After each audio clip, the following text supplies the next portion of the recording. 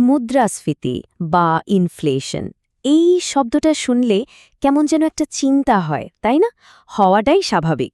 কারণ এই যে একটা অদৃশ্য শক্তি, এটা কিন্তু আমাদের সবার পকেটে সরাসরি প্রভাব ফেলে। তো চলুন আজকে একদম সহজ করে এই ব্যাপারটার ভেতরটা বোঝার চেষ্টা করি। আচ্ছা, কখনো কি ভেবে দেখেছেন কেন আমাদের দাদু দিদা বা বাবা মায়ের সময়ের জিনিসপত্রের দামের গল্পগুলো এখন কেমন রূপকথার মতো শোনায়? তারা তো প্রায়ই বলেন, জানিস আমাদের সময়ে 1 টাকায় কত কি পাওয়া যেত। এটা কিন্তু শুধু বলার কথা নয়, এক্কেবারে সত্যি। আর এই যে তফাতটা, এর পেছনের আসল খেলোয়াড়টাই হল মুদ্রাস্ফীতি। একবার ভাবুন তো, সময়ের সাথে সাথে দামের কি অদ্ভুত পরিবর্তন। কোথাও ২০০৫ সালে সিনেমার টিকিট ছিল ৭৫ টাকা, আর এখন সেটা ৩৫০ টাকা। আবার দেখুন মোবাইল ডেটা, একসময় 1 জিবি ডেটার জন্য মাসে গুনতে হতো ২৫০ টাকা, আর এখন ১৫ টাকায় দিনে 1 জিবি। কিছু জিনিসের দাম কমেছে বটে, কিন্তু যখন দেখবেন চাল ডাল তেল থেকে শুরু করে প্রায় সবকিছুর দাম একসাথে লাগাতার বেড়েই চলেছে, অর্থনীতির ভাষায় ঠিক ওটাকেই আমরা বলি মুদ্রাস্ফীতি। তো আজকের এই আলোচনাতে আমরা কি দেখব?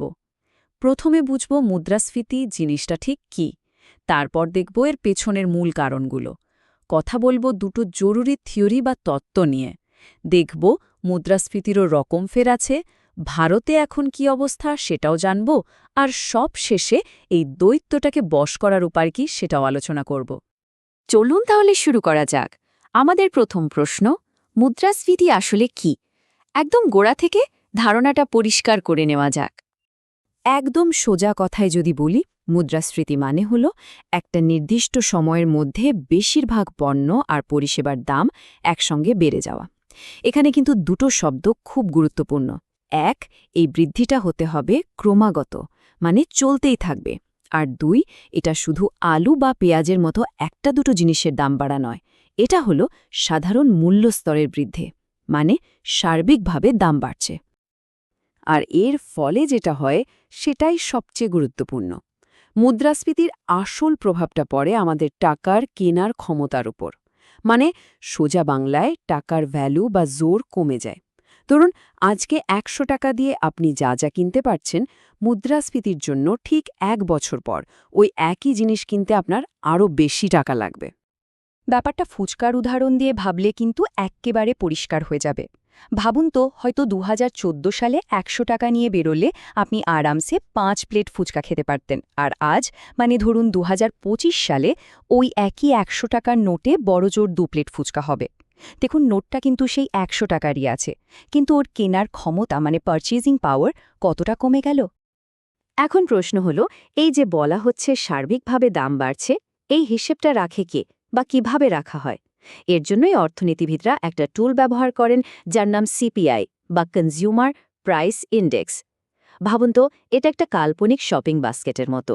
সেই বাস্কেটে আমাদের দৈনন্দিন জীবনের জরুরি জিনিসপত্র, যেমন চাল ডাল তেল সাবান থেকে শুরু করে বাড়ি ভাড়া, যাতায়াতের খরচ, ডাক্তার দেখানো, এই সব কিছু রাখা আছে। অর্থনীতিবিদরা মাস মাস বা বছর বছর হিসেব করেন যে এই পুরো বাস্কেটটা কিনতে মোট খরচ কতটা বাড়ল বা কমল। সেটাই হলো মুদ্রাস্ফীতির মাপ। আচ্ছা, বোঝা গেল মুদ্রাস্ফীতি কি, কিন্তু প্রশ্নটা হলো, এটা হয় কেন? কেন দাম বাড়ে? এর পেছনে আসলে একটা দারুণ অর্থনৈতিক দড়ি টানাটানির খেলা চলে। চলুন সেই কারণগুলো এবার একটু খুঁটিয়ে দেখা যাক। ব্যাপারটা খুব সহজেই বোঝার জন্য চলুন আমরা একটা পাউরুটির দোকানে যাই। বিশ্বাস করুন, এই একটা ছোট্ট উদাহরণ দিয়েই মুদ্রাস্ফীতির দুটো সবচেয়ে বড় কারণ একেবারে জলের মতো পরিষ্কার হয়ে যাবে। তো পরিস্থিতিটা ভাবুন, একটা দোকানে দুটো পাউরুটি রাখা আছে, আর ক্রেতাও আছেন দুজন, প্রত্যেকে একটা করে চান। দাম একদম ঠিকঠাক স্থিতিশীল। এবার হঠাৎ করে দোকানে আরও ৩ জন লোক ঢুকলেন, আর তারাও পাউরুটি কিনতে চাইলেন। কি হলো তাহলে? পাউরুটি সেই দুটোই, কিন্তু ক্রেতা হয়ে গেলেন ৫ জন।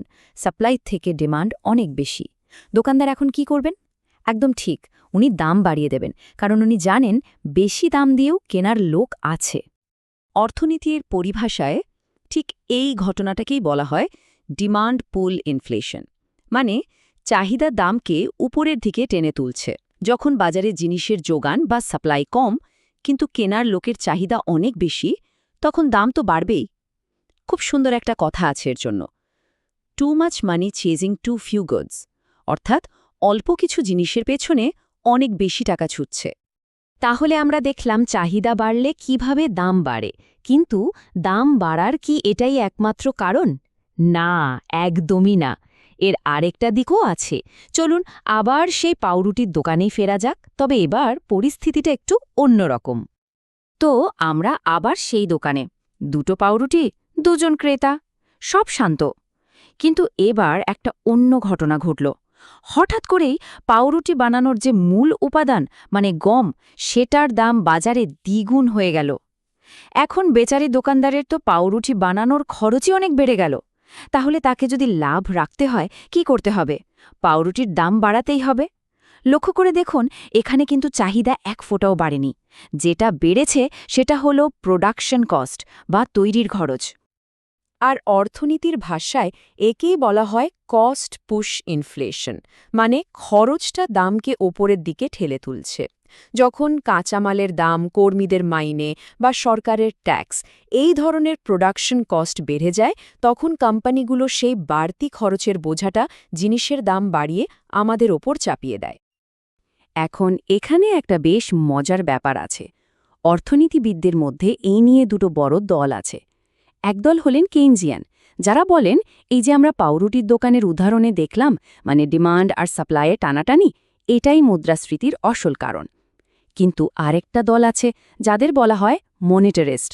তাদের মতে এত সব চাহিদা যোগানের গল্প ছাড়ো, আসল কারণ একটাই, আর সেটা হলো অর্থনীতিতে প্রয়োজনের চেয়ে বেশি টাকার যোগান। তাদের সোজা কথা, সরকার যত বেশি টাকা ছাপবে জিনিসের দাম তত বাড়বে, ব্যাস। কিন্তু সব মুদ্রাস্ফীতি কি একরকম বা সমানভাবে খারাপ? একদমই না। এটাকে একটা চিড়িয়াখানার সাথে তুলনা করতে পারেন, যেখানে বিভিন্ন গতির জন্তু আছে।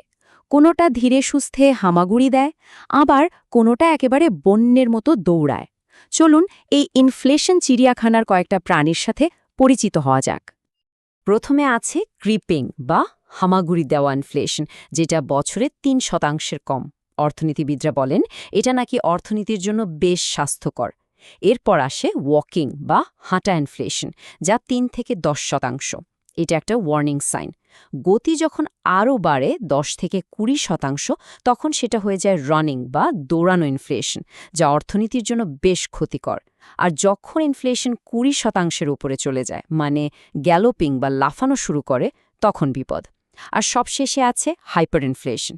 এটা হলো চূড়ান্ত বিপর্যয়, যখন টাকাটা কাগজের টুকরো ছাড়ার কিছুই থাকে না, যেমনটা আমরা জিম্বাবুয়ে বা ভেনেজুয়েলাতে দেখেছি। তো তত্ত্বের কথা তো অনেক হলো, এবার একটু দেশের কথায় আসা যাক, তাই না? আমাদের ভারতে মুদ্রাস্ফীতির বর্তমান পরিস্থিতিটা ঠিক কীরকম? চলুন কিছু বাস্তব সংখ্যা আর তথ্য দেখা যাক। এই যে চার্টটা দেখছেন, এটা ভারতের গত 1 দশকের ইনফ্লেশনের রোলার কোস্টার রাইডের মতো।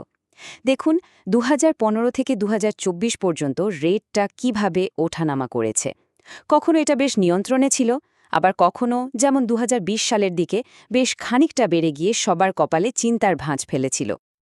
আর যদি একদম সাম্প্রতিক তথ্যের কথা বলি, তাহলে ন্যাশনাল স্ট্যাটিস্টিক্যাল অফিস বা এনএসওর রিপোর্ট অনুযায়ী ধরা যাক 2024-এর আগস্ট মাসে ভারতের রিটেল ইনফ্লেশন বা খুচরা মুদ্রাস্ফীতির হার ছিল 5.1%। এখন এই 5.1%, এটা তো শুধু একটা সংখ্যা, কিন্তু এর আসল মানেটা কি? এর মানে হলো সাধারণ মানুষের জীবনযাত্রার খরচ বাড়ছে। যখন আমরা খবরের কাগজে এই ধরনের শিরোনাম দেখি যে শাকসবজি আর ডালের আকাশছোঁয়া দামে মধ্যবিত্তের পকেটে টান, তখন আমরা এই সংখ্যাটার বাস্তব প্রভাবটা বুঝতে পারি। এই দাম বাড়াটা সরাসরি আমাদের, আপনার আমার মতো সাধারণ পরিবারের মাসিক বাজেটে গিয়ে ধাক্কা মারে। তাহলে প্রশ্ন হল, এই যে মুদ্রাস্ফীতির মতো একটা দৈত্য, একে কি বশে আনা যায়? অবশ্যই যায়। আমাদের আলোচনার একদম শেষ পর্বে চলুন দেখে নিই ভারতে এই দৈত্যকে সামলানোর দায়িত্ব কাদের ওপর আর তাদের হাতে কি কি অস্ত্র আছে। এটা করার জন্য মূলত 2টো বড় রাস্তা আছে, বা বলা ভালো 2জন বড় খেলোয়াড় আছে। প্রথম খেলোয়াড় হল রিজার্ভ ব্যাঙ্ক অফ ইন্ডিয়া বা আরবিআই, আর তাদের অস্ত্র হল মুদ্রানীতি বা মনিটারি পলিসি। আরবিআই কি করে? তারা রেপো রেট নামের একটা সুদের হার বাড়িয়ে দেয়। এতে ব্যাংকগুলো লোন নেওয়া কঠিন হয়ে যায়, ফলে বাজারের টাকার যোগান কমে আর মানুষের কেনার প্রবণতাও কমে। আর দ্বিতীয় খেলোয়াড় হল সরকার। তাদের অস্ত্র হল রাজকোষ নীতি বা ফিস্ক্যাল পলিসি। সরকার তাদের বাজেটে নিজের খরচ কমিয়ে বা মানুষের ওপর ট্যাক্স বাড়িয়ে বাজার থেকে অতিরিক্ত টাকা তুলে নিতে পারে। দুটোই চাহিদা কমানোর উপায়। সুতরাং বুঝতেই পারছেন, মুদ্রাস্ফীতি নিয়ন্ত্রণ করাটা আসলে একটা টাইট রোপ ওয়াকিং বা দড়ির উপর দিয়ে হাঁটার মতো কঠিন কাজ। একদিকে দাম নিয়ন্ত্রণ করতে হবে, অন্যদিকে খেয়াল রাখতে হবে যাতে দেশের অর্থনৈতিক বৃদ্ধি বা গ্রোথ থেমে না যায়। আর এখানেই আমাদের শেষ প্রশ্নটা এসে হাজির হয়। ভারতের মতো একটা দ্রুত বেড়ে চলা দেশের জন্য কোনটা বেশি ঝুঁকির? মুদ্রাস্ফীতিকে একটু বাড়তে দেওয়া, নাকি তাকে কড়া হাতে আটকাতে গিয়ে দেশের উন্নতির চাকাকেই স্লো করে দেওয়া? এই প্রশ্নটার উত্তর কিন্তু সত্যি খুব জটিল, আর অর্থনীতিবিদরা সারাক্ষণ এই ভারসাম্যটাই খুঁজে চলেন।